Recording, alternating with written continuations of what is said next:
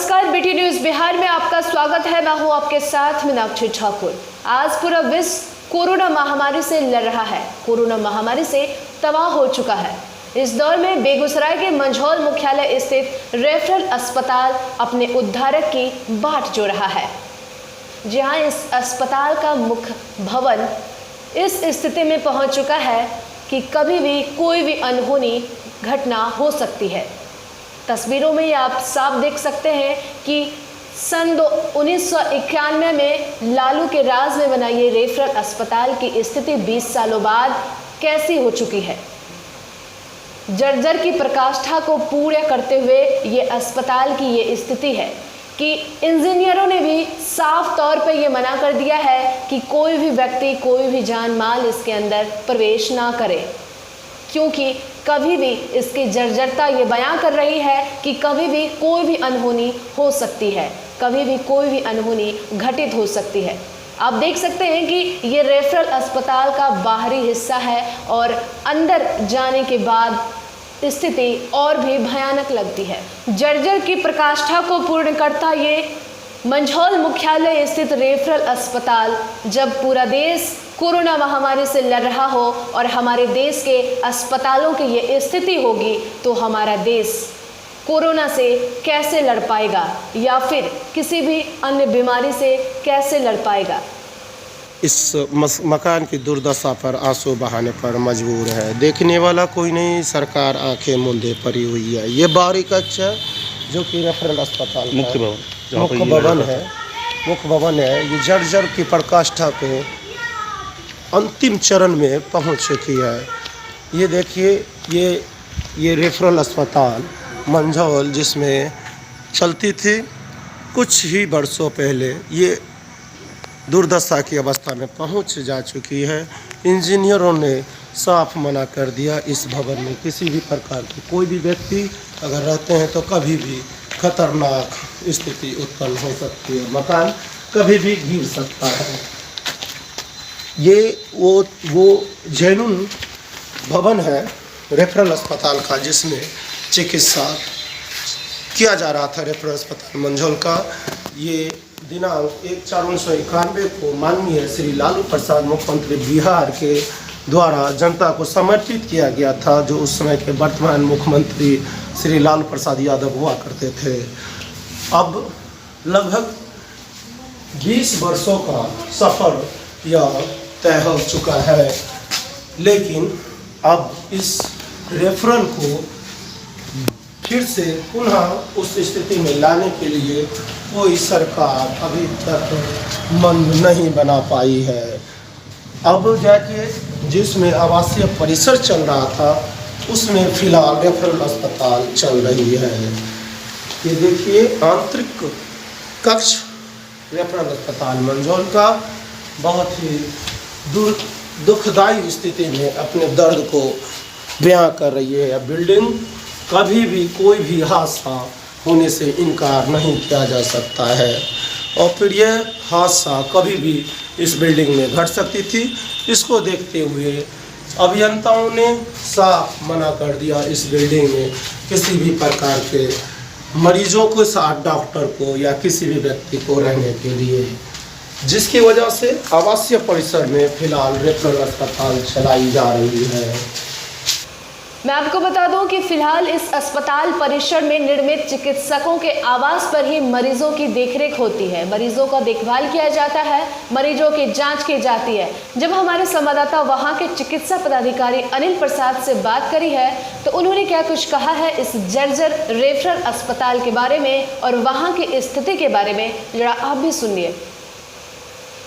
Sir बताएंगे referral में कितने डॉक्टर पदस्थापित हैं? 4 हैं, 2 संविदा पर है और एक जन चिकित्सक है, एक हम प्रभारी चिकित्सक है। आपको लगा कि कुल 5 चिकित्सक हैं? 4 कुल 4। कुल सृजित पद कितना है डॉक्टरों का? 6 पद में से 4 है, 2 रिक्त हैं। आज ओपीडी में कितने डॉक्टर थे? हम अकेले तो सभी का ड्यूटेशन कर दिया है वहाँ पर। कोरोना वायरस कोविड-19 की वजह से बेगूसराय में यहाँ के डॉक्टर सेवा को दे रही हैं और उस स्थिति में अकेले चिकित्सा प्रभारी स्वयं भी अभी 24 घंटा देख रेख कर रहे हैं, अपनी सेवाएं दे रहे हैं। डॉक्टर साहब, कुल कितने मरीज का इलाज हुआ है आज? ओपीडी में 12 पेशेंट, ओपीडी में 12 पेशेंट आज, आईपीडी में 3 पेशेंट हो डिलीवरी महिला की 2 या 3 पेशेंट देख रहे हैं, जो कि डॉक्टर साहब की देख रेख में उनकी सेवाएं की जा रही है। कितने प्रकार की दवाइयाँ यहाँ पर उपलब्ध है डॉक्टर साहब? 104 प्रकार की दवाइयाँ हैं। क्या रेबीज की दवाई आपके पास है जो कुत्ते के काटने के बाद काम आती है? कुत्ते की दवाई नहीं है। इमरजेंसी एक अति आवश्यक दवाई है रेबीज, जो कि उपलब्ध नहीं है। क्यों नहीं उपलब्ध हो पा रही है? सरकार अभी खरीद नहीं पा रही, सरकार के पास ही उपलब्ध नहीं है, पटना ही उपलब्ध नहीं है, वहाँ से नहीं मिल रहा है। सरकार को इस पर ध्यान देना चाहिए। 3-4 महीना से उपलब्ध नहीं है। 3-4 महीने से उपलब्ध नहीं है, सरकार को इस पर तुरंत ध्यान देना चाहिए, जो कि अति आवश्यक दवाइयों में से एक है रेबीज की दवाई, जो कुत्ते के काटने के बाद काम में आती है। सर, मैं ये भी जानना चाहूँगा कि यहाँ पर जो मरीज आते हैं इलाज कराने के लिए, उनको क्या क्या परेशानियाँ होती हैं? परेशानी तो यहाँ उतना जगह नहीं है, मतलब ये अपना इसका अपना भवन नहीं है अस्पताल का। अच्छा, वो जर्जर हालत में हो गया था तो उसको इंजीनियर ने घोषित कर दिया रहने लायक नहीं है। अच्छा, खतरनाक स्थिति। आवासीय मकान में ये चल रहा है। चिकित्सक के आवासीय मकान में रेफरल अस्पताल मंजूर चल रहा है। इसका जो जमीन तो है, लेकिन मकान रेफरल अस्पताल का नहीं है। जगह का भी कमी है यहाँ, उस हिसाब से अस्पताल के हिसाब से कमरा वगैरह नहीं बना हुआ, जिसकी वजह से पेशेंट को काफ़ी मुश्किलों का सामना करना पड़ता है। मैं यहाँ पे देखता हूँ कि आवागमन में भी परेशानियाँ होती है, और थोड़ा रूरल एरिया में रेफरल अस्पताल है, जो ग्रामीण लोग यहाँ पे आने में परेशानी होती है।